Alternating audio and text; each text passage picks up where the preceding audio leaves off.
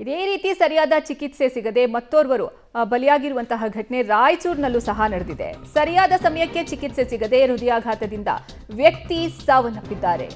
ರಾಯಚೂರಿನ ಮಸ್ಕಿ ಪಟ್ಟಣದ ಪ್ರಾಥಮಿಕ ಆರೋಗ್ಯ ಕೇಂದ್ರದಲ್ಲಿಯೇ ಚಿಕಿತ್ಸೆ ಸಿಗದೆ ಇವರು ಮೃತಪಟ್ಟಿರೋದು. ಮಸ್ಕಿ ತಾಲೂಕಿನ ಪಗಡದಿನ್ನಿ ಕ್ಯಾಂಪ್ನ 32 ವರ್ಷದ ಶರಣಬಸವ ಅನ್ನುವಂತಹ ವ್ಯಕ್ತಿ ಮೃತಪಟ್ಟಿದ್ದಾರೆ. ಎದೆ ನೋವಿನಿಂದ ನರಳ್ತಾ ಇದ್ದಂತಹ ವ್ಯಕ್ತಿಯನ್ನ ಬೈಕ್ನಲ್ಲೇ ಚಿಕಿತ್ಸೆಗೆ ಕರೆದುಕೊಂಡು ಹೋಗಲಾಗಿತ್ತು. ಆಸ್ಪತ್ರೆಯಲ್ಲಿ ವೈದ್ಯರು ಇಲ್ಲದೆ ನರಳಾಡಿದಂತಹ ರೋಗಿ ಚಿಕಿತ್ಸೆ ಸಿಗದೆ ಸಾವನ್ನಪ್ಪಿದ್ದಾರೆ. ತೀವ್ರ ಹೃದಯಾಘಾತದಿಂದ ನರಳ್ತಾ ಇದ್ದಂತಹ ವ್ಯಕ್ತಿಗೆ ಅಲ್ಲಿನ ನರ್ಸ್ಗಳು ಚಿಕಿತ್ಸೆ ನೀಡೋದಕ್ಕೆ ಪ್ರಯತ್ನ ಪಡ್ತಾರೆ, ಆದರೆ ಅದು ಫಲಕಾರಿ ಆಗುವುದಿಲ್ಲ.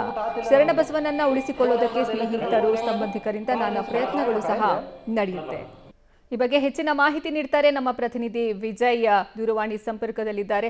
ವಿಜಯ್, ಈಗ ಒಬ್ರು ವ್ಯಕ್ತಿಯಲ್ಲಿ ಎಮರ್ಜೆನ್ಸಿ ಅಂತ ಹೋಗ್ತಾರೆ, ಆದ್ರೆ ಅಲ್ಲಿ ಡಾಕ್ಟರ್ಸೇ ಅವೈಲೇಬಲ್ ಇರೋದಿಲ್ಲ. ಅಲ್ಲೇನು ಡಾಕ್ಟರ್ಸ್ನ ನೇಮಕ ಮಾಡಿಲ್ವಾ, ಅಥವಾ ನೇಮಕ ಮಾಡಿದ್ರು ಕಾಟಾಚಾರಕ್ಕೆ ಕೆಲಸ ಮಾಡ್ತಿರುವಂತಹ ವೈದ್ಯರಾಗಿದ್ದಾರಾ ಅಲ್ಲಿ? ಹೇಗೆ ಅರ್ಪಿತಾ, ಇದು ನಿಜಕ್ಕೂ ಕೂಡ ಏನು ಆ ವ್ಯಕ್ತಿ ಬರ್ತಾರೆ, ಮೊದಲಿಗೆ ಅವರು ಯಾವಾಗ ಅವ್ರಿಗೆ ಎದೆ ನೋವು ಕಾಣಿಸ್ಕೊಳ್ಳುತ್ತೆ ಮೊದಲು ಖಾಸಗಿ ಆಸ್ಪತ್ರೆಗೆ ಹೋಗ್ತಾರೆ. ಆದ್ರೆ ಖಾಸಗಿ ಆಸ್ಪತ್ರೆಯಲ್ಲಿ ವೈದ್ಯರು ಇಲ್ಲದೆ ಇರೋ ಕಾರಣಕ್ಕೆ ಅವರು ಪ್ರಾಥಮಿಕ ಆರೋಗ್ಯ ಕೇಂದ್ರಕ್ಕೆ ಬರ್ತಾರೆ.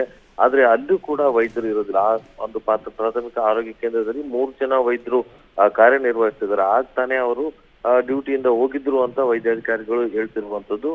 ಏನು ಬಂದಂತ ವ್ಯಕ್ತಿಗೆ ತೀವ್ರ ಹೃದಯಾಘಾತ ಆಗಿದ್ರಿಂದ ಅಲ್ಲಿಗೆ ಸ್ಥಳಕ್ಕೂ ಕೂಡ ವೈದ್ಯರು ಬರೋದಿಲ್ಲ. ಬದಲಾಗಿ ಅಲ್ಲಿರ್ತಕ್ಕಂಥ ನರ್ಸ್ಗಳಿಗೆ ಒಂದಿಷ್ಟು ಚಿಕಿತ್ಸೆಯನ್ನ ನೀಡಿ ಮತ್ತೆ ಬೇರೆ ಆಸ್ಪತ್ರೆಗೆ ಕಳಿಸ್ಲಿಕ್ಕೆ ಹೇಳ್ತಾರೆ. ಆದ್ರೆ ಅಷ್ಟೊತ್ತಿಗೆ ಏನು ಆ ಒಂದು ವ್ಯಕ್ತಿ ಶರಣಬಸವ ಏನಿದ್ದಾರೆ ಅವ್ರನ್ನ ಬೈಕ್ ನಲ್ಲೇ ಏನು ಕರ್ಕೊಂಡು ಬಂದಿರ್ತಾರೆ.